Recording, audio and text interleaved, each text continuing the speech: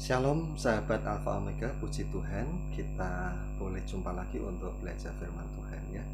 Dan kita akan melanjutkan hari ini masih dengan topik sikap siap menanti kedatangan Tuhan kapanpun, dan subjudul hari ini adalah hidup dalam pemeliharaan Allah damai sejahtera. Kita akan membaca, mari kita buka Alkitab kita 1 Tesalonika 5 ayat 12 sampai 28. Mari kita baca bersama-sama.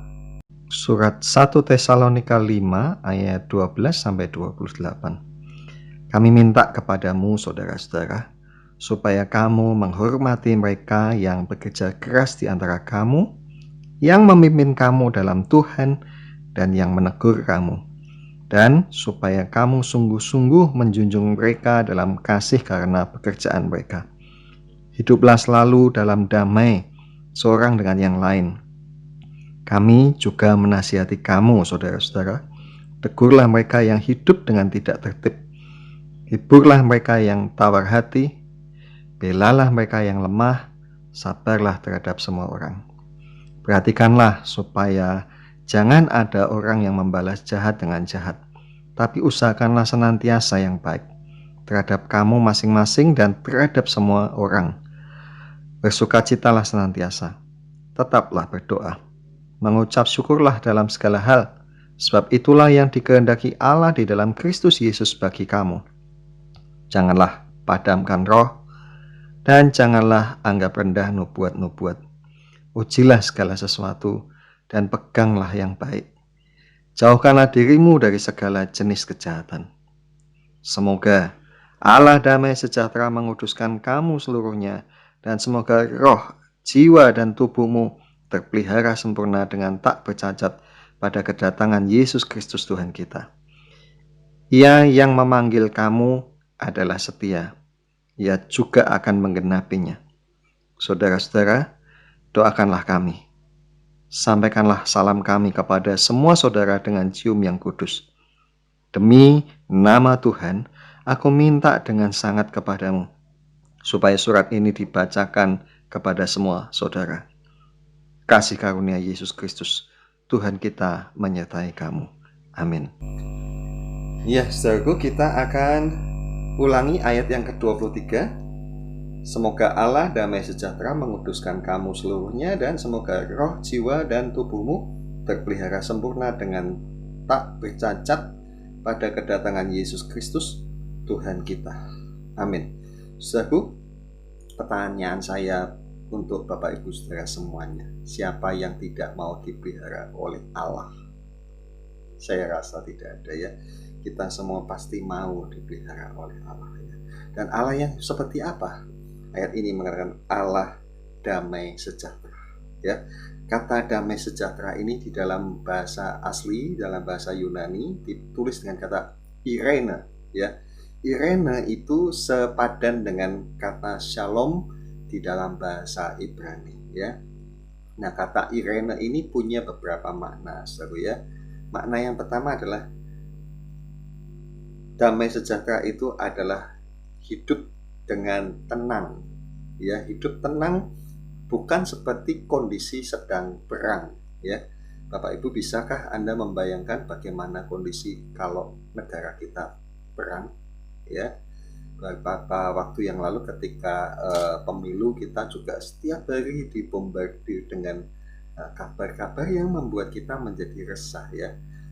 Keadaan seperti sekarang ini, pandemi, juga sempat membuat kita menjadi resah ya. Saudaraku, kalau perang saya yakin lebih susah lagi ya. Penuh dengan kegelisahan, ketakutan, kecemasan, merasa terancam. Kalau perang kita pasti tidak bisa kemana-mana. Kalau pergi pun kita bisa celaka, betul-betul bisa mati ya, kalau betul-betul terjadi perang ya. Kemudian kalau perang, kehidupan menjadi kacau ya.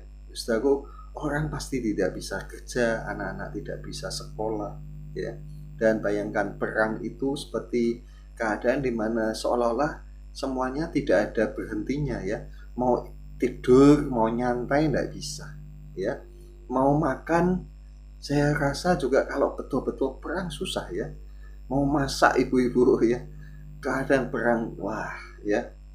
Kemudian apa namanya, mau mandi saja saya rasa susah ya. Itulah keadaan perang ya. Jadi damai sejahtera artinya tenang ya, kondisinya tenang ya, tidak perang ya. Nah, Irene juga berarti damai tanpa musuh ya, tidak memusuhi juga tidak dimusuhi ya. Saya yakin kita semua semboyannya sama ya. Siapa di antara kita yang pengen punya musuh? Saya rasa tidak ada. Dan kita semua pasti berkata semboyan kita adalah saya tidak mau musuhi orang. Ya. Mungkin kita memang tidak mau memusuhi saudaraku, tetapi apakah kita bisa menolak apabila ada orang yang memusuhi kita? Ya, kita yang dimusuhi, kita tidak minta, kita tidak merasa bahkan ya, tapi tiba-tiba orang merasa jengkel, bahkan menganggap kita menjadi musuh ya. Dan kalau kita dimusuhi, tentu hati kita juga merasa tidak nyaman, bukan ya. Nah, damai sejahtera atau Irena tadi artinya damai tanpa musuh ya, saudara. Hati kita penuh dengan ketenangan ya. Kemudian kata Irene juga berarti aman, tentram ya, tidak bahaya. Jadi Allah damai sejahtera itu akan memberikan kepada kita rasa aman ya, rasa tentram, tidak gelisah, tidur pun tenang ya. Kadang-kadang mungkin tidur kita terganggu oleh karena pikiran-pikiran tentang pekerjaan ya, tentang masalah keuangan dan sebagainya. Tuhan akan memberikan kita rasa aman dan tentram. Dan berikutnya, Irene berarti sejahtera. Sejahtera itu apa? Sejahtera itu mungkin untuk memudahkannya, ingat saja, Anda pasti mendengar atau familiar dengan istilah keluarga sejahtera atau sebaliknya keluarga prasejahtera. Ya, keluarga prasejahtera artinya keluarga apa? Yang tidak mampu, keluarga yang miskin. Jadi kalau sejahtera artinya apa? Keluarga yang berkecukupan ya. Sejahtera artinya berkecukupan. Allah akan mencukupkan apa yang menjadi kebutuhan hidup kita ya. Entah bagaimana caranya, Tuhan akan melakukan hal itu ya. Nah, Allah damai sejahtera ini dikatakan akan menguduskan kamu ya.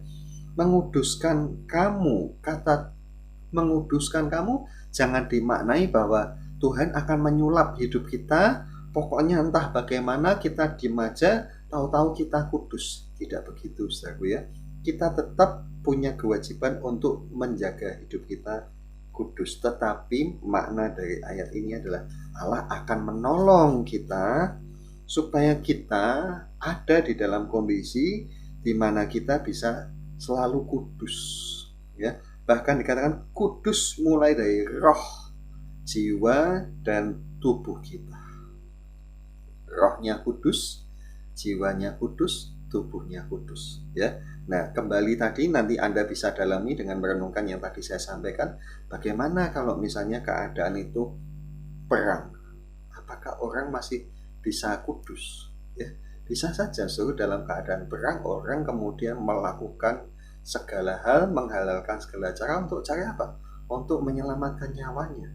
Ya, begitu pula kalau misalnya kita ada di dalam kekurangan, ya, bukankah ada orang-orang yang mengatakan, ya gimana, saya terpaksa karena saya perlu. Ya, jadi Tuhan akan memelihara hidup kita, menolong kita supaya kita kemudian hidup kita ini bisa kudus di hadapan Allah mulai dari roh, jiwa, bahkan tubuh kita ya.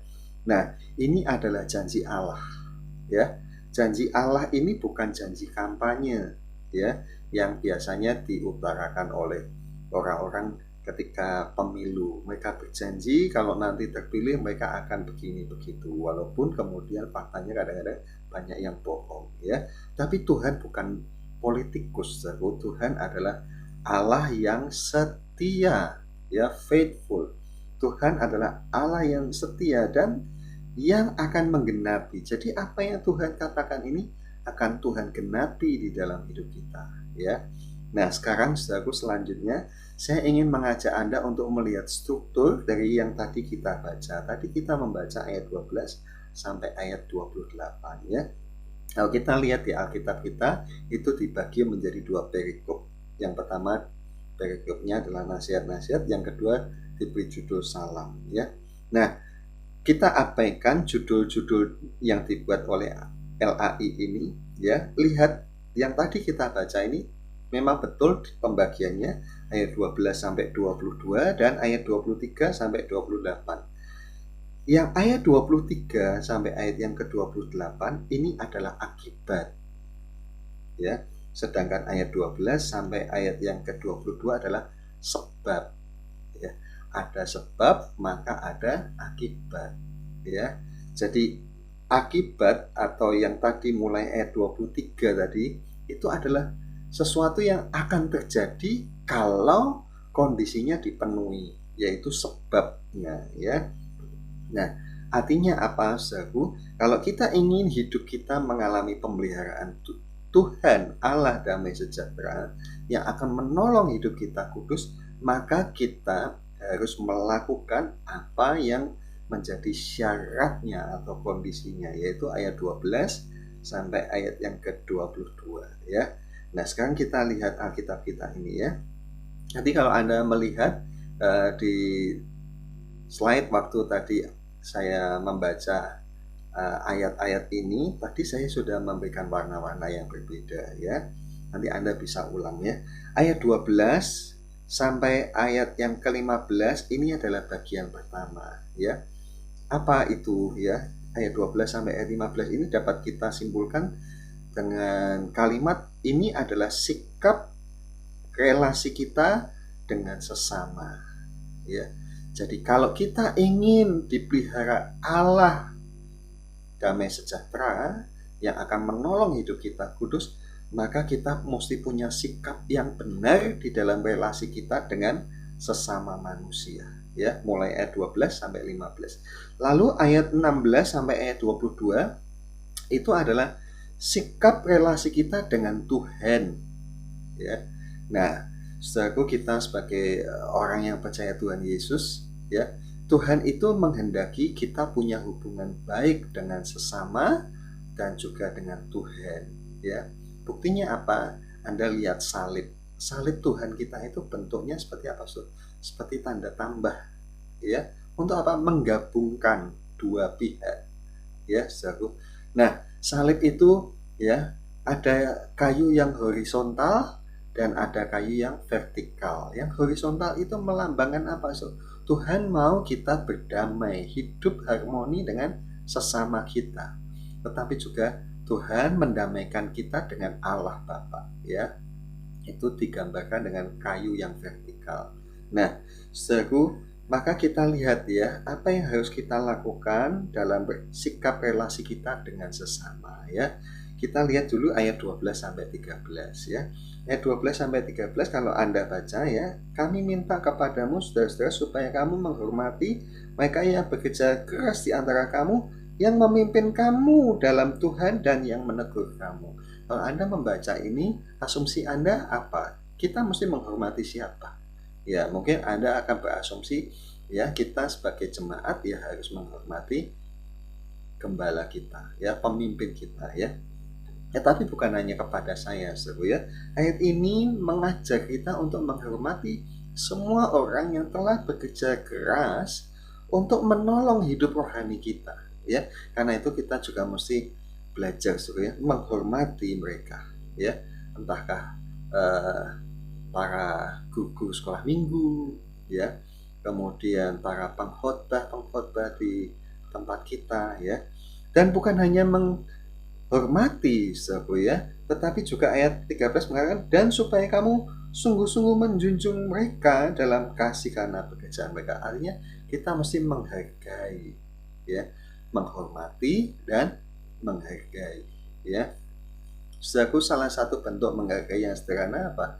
Ya, menyampaikan ucapan terima kasih ya. Anak-anak kita sudah diajar sekolah minggu, guru sekolah minggu sudah menyiapkan bahan ya, anak kita sudah menyaksikan. Bapak Ibu sebagai orang tuanya juga bisa mewakili mereka terima kasih guru sekolah minggu sudah mengajak anak kami, ya. Itu bentuk menghargai, saudara, ya. Nah, sekali lagi, ini bicara untuk siapa? Untuk kita, ya, mesti belajar menghormati dan menghargai semua orang yang telah bekerja keras untuk menolong kehidupan rohani kita, ya. Bukan hanya kepada saya pribadi, saudara, ya. Saya bukan pribadi yang gila hormat, ya, atau selalu minta dihargai, tidak, saudara. Tetapi memang itu adalah sesuatu hal yang seharusnya begitu, ya. Hormatilah dan hargailah, ya. Nah, berikutnya, saudaraku, ayat yang ke-14, ya.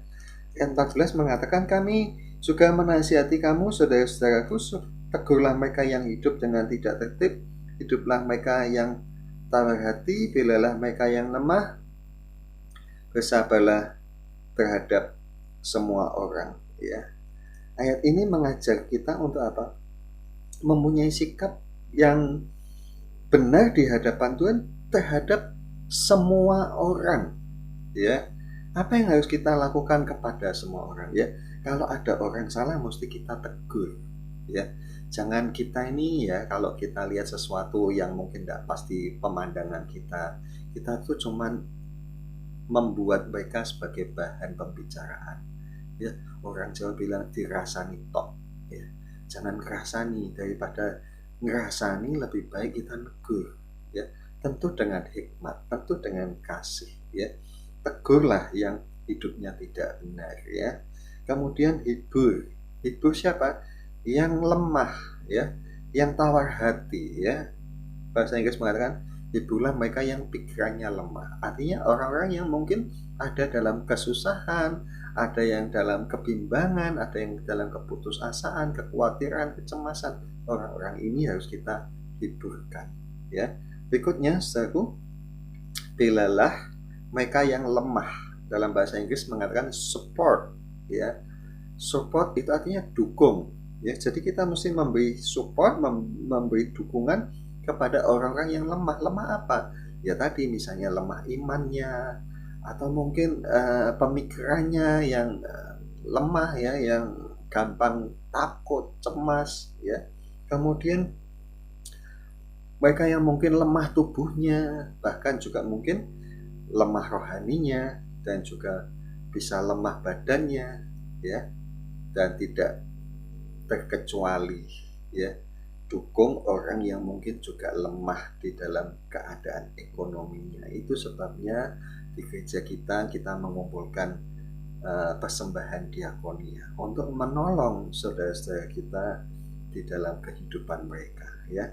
Nah, kemudian ayat 15 mengatakan, ya, perhatikan supaya jangan ada orang yang membalas jahat dengan jahat, tapi senantiasa yang baik terhadap kamu masing-masing dan terhadap semua orang. Jadi setiap kita mesti apa, saudara? Belajar untuk tidak membalas yang jahat dengan yang jahat, ya. Kita bisa terima perlakuan tidak menyenangkan, saudara, tapi Tuhan menghendaki kita untuk tidak membalas, ya. Bahkan Tuhan mengajak kita untuk membalas dengan kebaikan, ya. Dan dikatakan, ya, supaya kita apa, saudara? Sabar, ya. Sabar kepada semua orang, ya. Saudaraku, kata semua orang itu artinya kepada siapa, saudara? Ya, ya kepada semua orang, ya. Entahkah orang yang lebih tua, entahkah orang yang lebih muda, ya, entahkah itu saudara kita, entahkah itu orang lain, ya, entahkah itu saudara seiman, ya. Bahkan kalau dikatakan semua orang artinya juga mesti apa, so? Kepada siapa saja, termasuk kepada saya. Ya, saya juga kadang-kadang bisa keliru, saudaraku, ya. Jadi usahakanlah untuk senantiasa melakukan yang baik kepada semua orang, ya. Nah, saudaraku, semuanya ini kalau kita jalankan, ya, maka kita, ya, akan menerima akibatnya. Akibatnya apa tadi, saudaraku? Kita akan hidup di dalam pemeliharaan Allah, damai sejahtera yang akan menolong kita untuk hidup kudus, ya, membuat kita bisa kudus. Saudaraku, coba saudaraku, kalau kita ngikuti yang tadi Tuhan katakan ya, kita tidak mau bales orang yang berbuat jahat, kita suruh sabar, kita selalu diajar Tuhan demikian, bukan ya. Kalau itu kita lakukan, maka hidup kita akan kudus ya. Itu yang Tuhan mau ya saudaraku ya. Nah berikutnya saudaraku, tadi kita melihat ayat 16 sekarang sampai ayat yang ke-22 ya. Ini bagian yang kedua ya, sikap relasi kita dengan Tuhan ya. Bukan hanya dengan sesama manusia, tetapi sikap kita dengan Tuhan itu juga mesti benar ya. Apa yang Tuhan kehendaki? Yang pertama saudaraku, satu, miliki sikap selalu bersukacita ya. Saudaraku, saya rasa kita kurang suka juga kalau melihat orang selalu murung atau selalu marah atau selalu sedih. Kita akan senang kalau kita melihat orang yang bersukacita. Begitu pula Tuhan, Tuhan yang menyertai kita senantiasa. Dia selalu menyaksikan hidup kita. Apa yang perlu kita lakukan? Selalu miliki sikap, yaitu bersukacita ya. Nah mungkin Anda berkata, mau sukacita gimana Pak ya? Saya memberitahu kepada saudara, sukacita itu sebenarnya adalah bagaimana cara kita memandang sesuatu atau menganggap sesuatu ya.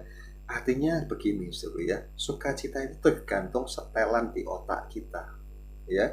Kalau kita ya saudaraku, misalnya contoh ya dalam hal makan, misalnya kalau kita makan ya, apa sih makanan yang membuat kita jadi senang ya? Kadang-kadang makanan yang membuat kita senang itu tidak harus makanan yang harganya mahal ya, yang puluhan ribu atau ratusan ribu ya. Bahkan kalau saya baca di media-media ya, itu ada yang makanan yang harganya jutaan-jutaan ya saudara. Semuanya itu tergantung bagaimana orang itu mempunyai setelan di otaknya. Jadi keadaan apa yang sedang Anda alami itu, kalau Anda setel ya, walaupun mungkin keadaannya tidak menyenangkan ya, tapi kalau Anda bisa menemukan hal-hal yang baik ya, dan itu menjadikan alasan buatmu bersukacita ya, semuanya akan menjadi hal yang menyenangkan saudaraku ya. Saudaraku ya, mungkin kita tidak bisa misalnya seperti orang lain lah, misalnya jalan-jalan ke luar negeri. Mungkin kita hanya jalan-jalan di sini-sini saja, bahkan mungkin hanya dengan bersepeda, itu pun bisa membuat sukacita. Jadi sukacita bukan pada kualitas harga atau kualitas tertentu, semuanya ada pada bagaimana kita menilai atau menganggap sesuatu yang sedang kita alami itu menjadi sesuatu yang kita anggap senang, menyenangkan, atau menjadikan sesuatu itu adalah hal yang membuat kita tidak senang, yang membuat kita sedih ya.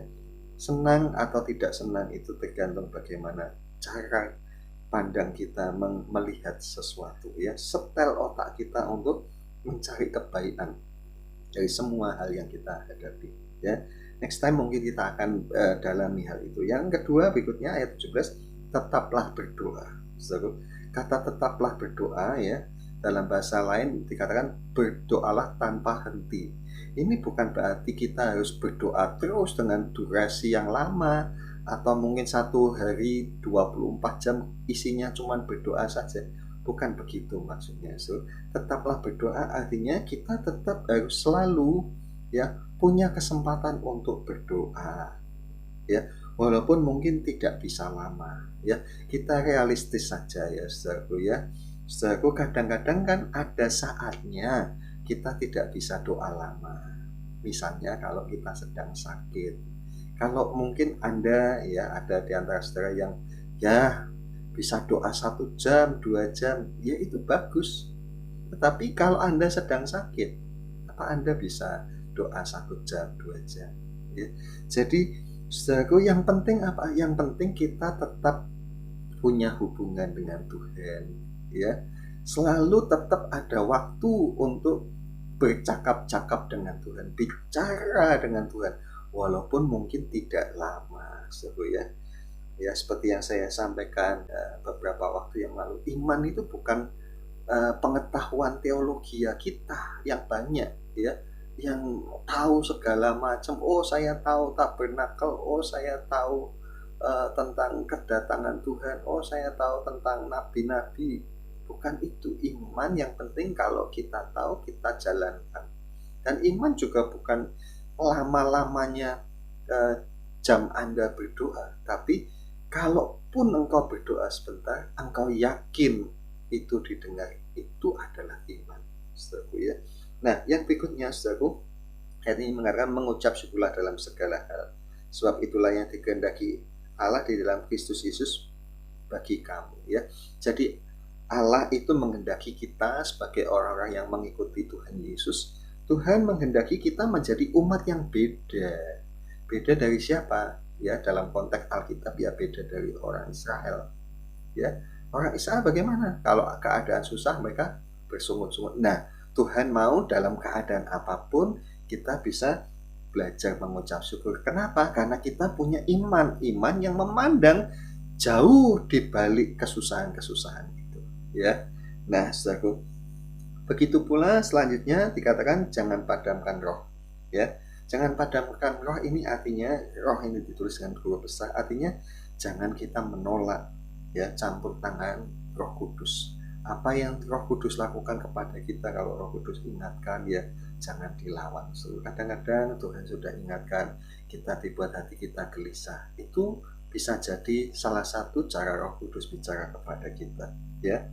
Saudaraku, ketika mau mencegah kita melakukan sesuatu yang salah, hati kita jadi gelisah ya. So, berikutnya ya, next. Dan jangan menganggap rendah nubuat-nubuat ya. Ayatnya mengatakan jangan menganggap rendah nubuat-nubuat. Artinya nubuat itu masih ada ya. Jangan kita remehkan ya. Tetapi kemudian dikasih peringatan kepada kita, ujilah segala sesuatu ya. Jangan semua yang dikatakan ini nubuat ya. Kita perlu menguji segala sesuatu ya, apakah itu benar dari Tuhan atau tidak ya. Karena itu kita perlu terus belajar membaca Alkitab supaya kita mengetahui seru ya, apakah yang disampaikan orang-orang itu adalah kebenaran firman Tuhan atau bukan ya. Dan saya rasa ini relevan sekali dengan hari-hari kita sekarang, di mana kita lebih banyak bisa melihat atau punya kesempatan menyaksikan khotbah-khotbah atau ceramah-ceramah ya, macam-macam pembicaraan orang ya yang bisa kita saksikan di media sosial, di YouTube dan sebagainya. Saudaraku, bukan tidak boleh, tetapi kita mesti belajar untuk memahami dan mengenali dan menguji segala sesuatu apakah itu benar atau salah ya. Berikutnya, saudaraku, jauhkanlah dirimu dari segala kejahatan ya. Kita disuruh menjauhi segala kejahatan ya. Dalam bahasa Inggris kata jauhi itu dipakai dengan kata abstain. Abstain itu artinya ya tidak ikut di dalamnya gitu ya. Jangan ikut-ikut ya. Orang sekitar kita, lingkungan sekitar kita mungkin bisa menjadi jahat, menjadi rusak, menjadi tidak benar. Sudah, kita tidak usah ikut-ikut ya, saudara. Nah, berikutnya saudaraku ya, sebagai kesimpulan ya, bila kita melakukan dua sikap tadi, sikap kita kepada sesama ya, termasuk diantaranya sikap kita kepada hamba Tuhan, kepada orang-orang yang melayani kita ya, dan juga sikap kita dengan Tuhan ya, maka kita akan hidup di dalam pemeliharaan Allah yang akan menolong kita untuk hidup tanpa cacat ya. Dan bukan hanya itu, saudaraku, bacaan yang tadi kita baca diakhiri dengan kalimat kasih karunia Yesus Kristus Tuhan kita menyertai kamu. Kasih karunia atau anugerah itu akan menyertai kita ya, akan mengikuti kita kemana kita pergi. Kita diikuti oleh anugerah, oleh kasih karunia, oleh kebaikan, oleh keberuntungan, karena Tuhan memerintahkan hal itu untuk menyertai kita ya. Nah, ini janji Tuhan, saudara ya. Karena itu betapa pentingnya, saudara ya, kita hidup ya punya sikap yang benar, ya, sikap yang benar kepada sesama ya, dan juga kepada sikap kita kepada Tuhan. Seperti yang tadi saya sampaikan, itulah makna dari salib. Tuhan ingin kita punya relasi yang indah dengan sesama dan juga dengan Tuhan ya. Nah, hari ini kita ada perjamuan kudus, saudara. Mari kita menghadap kepada Tuhan dan kita akan membereskan, saudara, segala hal yang kita sadari tidak berkenan ya. Mungkin dari firman Tuhan yang kita dengar tadi, kita diingatkan dengan peristiwa-peristiwa, mungkin ada hubungan-hubungan yang tidak harmonis antara kita dengan mungkin anggota keluarga kita, atau dengan teman, atau dengan siapa saja, saudara. Mari kita akui bahwa itu tidak berkenan di hadapan Tuhan, dan mari kita bertobat ya. Mari kita akhiri supaya Tuhan kembali berkenan kepada kita dan hidup kita dipelihara oleh Tuhan. Amin. Ya, kita akan datang pada Tuhan, saudaraku. Kita akan nyanyikan Darahmu Sucikanku.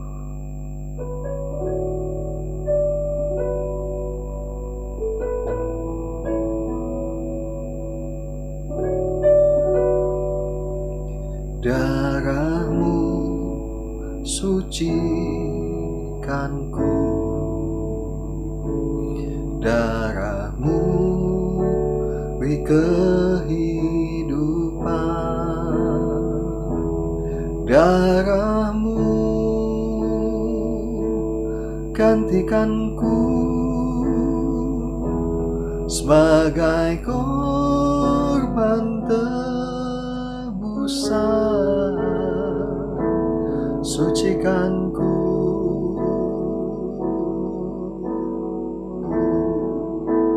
seputih salju,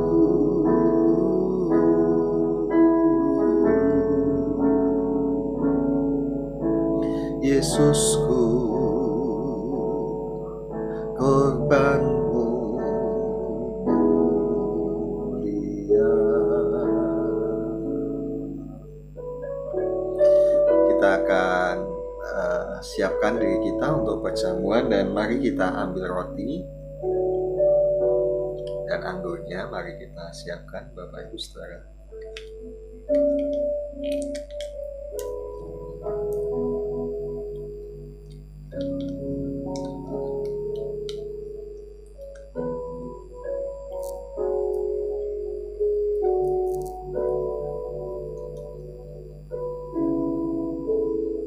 Ya, kita akan kembali nyanyikan pujian tadi. Dan mari kita sambil renungkan juga semua yang tadi saya sudah sampaikan. Kalau kita ingin Allah damai sejahtera memelihara hidup kita, sebagai akibat maka kita harus melakukan apa yang menjadi sebabnya, yang menjadi syaratnya ya. Bereskanlah secara hubungan-hubungan kita, segala hal yang mungkin tidak harmonis, segala hal yang mungkin masih mengganjal di hati kita. Ingat, saudara, Tuhan mau kita punya hubungan yang baik dengan sesama dan juga dengan Tuhan ya. Itulah misi Tuhan Yesus datang ke dunia, untuk mendamaikan kita dengan sesama dan juga dengan Tuhan ya. Kita nyanyikan kembali pujian ini.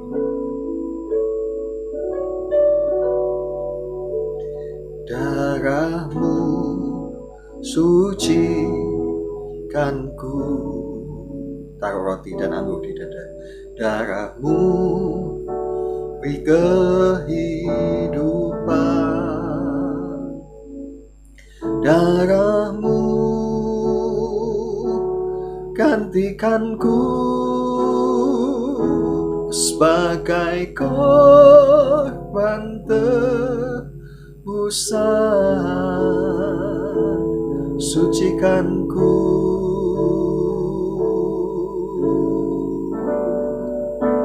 seputih salju,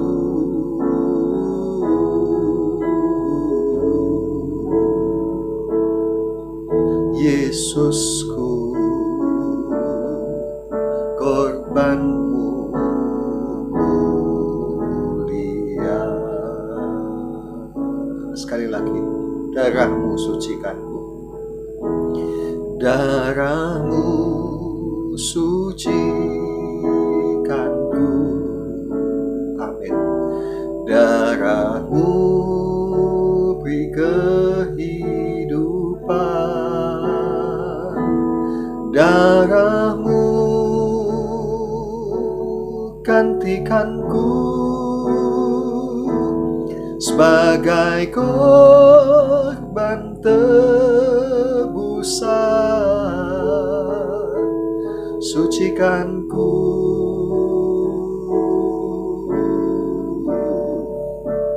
seputih salju.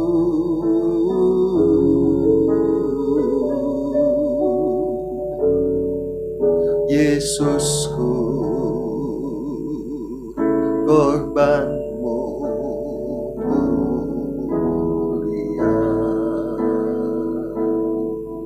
Sementara musik mengalun, mari kita berdoa kepada Tuhan.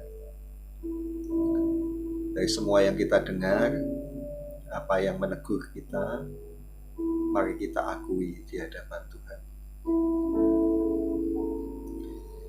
Biar kita boleh layak untuk minum dan makan darah dan daging, anggur dan roti yang mewakili korban Tuhan. Hubungan-hubungan yang kita sadari tidak harmonis, ingat saudara, Allah itu suci. Dia ingin hidup kita juga suci dan kudus. Dia tidak ingin kita bermusuhan, karena kita adalah anak-anak Allah, Allah damai sejahtera, ya, Allah yang tidak mau mempunyai musuh dan yang tidak mau menjadikan dirinya juga musuh siapapun. Ya, mari kita datang pada Tuhan. Bapa kami yang di surga, terima kasih buat segala firman-Mu pada kesempatan ini. Tuhan, ampunilah segala kesalahan kami.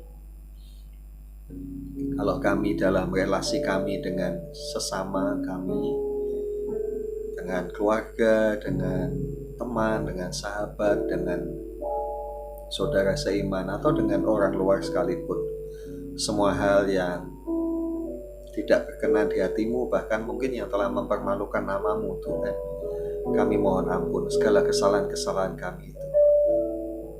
Juga sikap kami kepadamu sendiri, Tuhan. Kalau kami juga seringkali menentang Engkau, menentang suara Roh Kudus, kami juga mohon ampun. Ampunilah kami, Tuhan. Dan hari ini, Tuhan, setelah mendengar firman-Mu, sungguh kami ingin menikmati hidup dalam pemeliharaan. Hidup sebagai anak-anak yang dipelihara oleh Allah damai sejahtera. Dan Allah yang akan menolong hidup kami kudus, suci, mulai dari roh, jiwa, dan tubuh kami. Terima kasih Tuhan. Ampuni segala kesalahan kami ya Tuhan. Dan kasihlah kami kesempatan, kasihlah kami umur, kasihlah kami hidup untuk kami melakukan segala kehendak-Mu dan menikmati janji-Mu. Terima kasih Tuhan. Dan saudaraku, sekarang mari kita angkat itu roti lebih tinggi dari kepala kita dan dengarkan perkataan firman Tuhan ini. Pada malam ketika Tuhan Yesus akan diserahkan, Tuhan mengambil roti dan mengucapkan syukur. Lalu memecahnya dan membagikan kepada muridnya dengan berkata, "Inilah tubuhku, dagingku yang diremukkan bagi kamu semua. Ambillah dan makanlah." Karena itu Bapak Ibu Saudaraku, bukankah roti yang kita angkat, yang kita ucapkan syukur ini adalah persekutuan kita dengan tubuh Kristus? Amin. Mari kita pecahkan dalam nama Tuhan Yesus dan mari kita makan. Dalam nama Tuhan Yesus.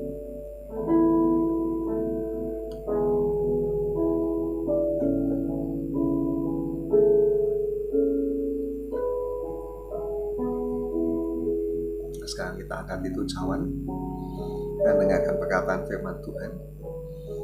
Pada malam itu juga Tuhan Yesus mengambil cawan dan mengucap syukur, lalu membagikannya kepada muridnya dengan berkata, "Inilah cawan darahku, darah perjanjian baru yang ditumpahkan untuk pengampunan dosa kamu semua.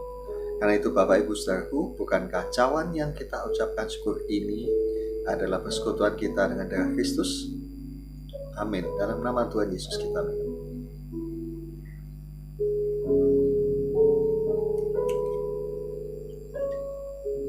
Terima kasih Tuhan, terima kasih. Dan mari kita menadahkan tangan kita untuk mengakhiri ibadah kita. Bapa, terima kasih buat segala kasih sayang-Mu kepada kami. Dan kami percaya Engkau telah mengampuni dosa dan kesalahan kami. Dan sekarang juga kami juga mau melakukan kehendak-Mu Tuhan untuk mengampuni semua orang yang telah bersalah kepada kami. Dan bukakanlah juga hati semua orang yang mungkin telah tersakiti, yang telah merasa tidak nyaman dengan kami, dengan sikap kami atau dengan perkataan kami. Kami mohonkan kepadamu ya Bapak, supaya mereka juga boleh membuka pintu hatinya dan mengampuni dan memaafkan kesalahan kami. Terima kasih Tuhan, kami mohon pertolongan-Mu Tuhan untuk mendamaikan kami dengan semua orang. Dan terutama juga buatlah kami selalu hidup dekat kepadamu, tetap berdoa, penuh dengan sukacita, penuh dengan ucapan syukur. Terima kasih Tuhan, segala apa yang telah kami dengarkan, biarlah Tuhan tanamkan di dalam hati kami semua, diukir oleh tangan Tuhan di dalam hati kami, dan terus bergema di dalam hati dan dalam pikiran kami. Dan semua apa yang tadi hamba-Mu sampaikan, apabila kurang, Tuhan sendiri menambahkannya dan menerangkannya kepada setiap anak-anak-Mu Tuhan dalam perenungan kami masing-masing, di rumah, di tempat tidur, atau di perjalanan, atau di tengah-tengah pekerjaan. Kami boleh selalu ingat akan segala firman-Mu. Terima kasih Bapa. Dan sekarang Bapa, ulurkanlah tangan-Mu atas kepala kami dan berkatilah kami anak-anak-Mu ini. Dan Bapak Ibu Saudaraku, marilah kita sekarang menerima dari Allah Bapa kita berkat, rahmat, pertolongan, kekuatan, kesehatan, kesembuhan, dan segala apa yang kita perlu Bapa kita pemelihara. Dan biarlah damai sejahtera yang melampaui akal juga selalu memenuhi hati kita, menolong kita, memelihara roh, jiwa, dan tubuh kita untuk boleh senantiasa baik-baik saja dan sehat senantiasa. Terima kasih Tuhan, dan biarlah kita semua selalu hidup di dalam penyertaan kasih karunia Tuhan dan kasih sayang Roh Kudus. Terima kasih Bapa, terima kasih Tuhan Yesus, terima kasih Roh Kudus. Kami terima semua berkat-Mu ini dengan iman dan ucapan syukur dalam nama Tuhan Yesus Kristus. Haleluya. Amin. Puji Tuhan, kita telah mengakhiri ibadah kita pada hari ini dan kita akan menaikkan pujian syukur kita pada Tuhan.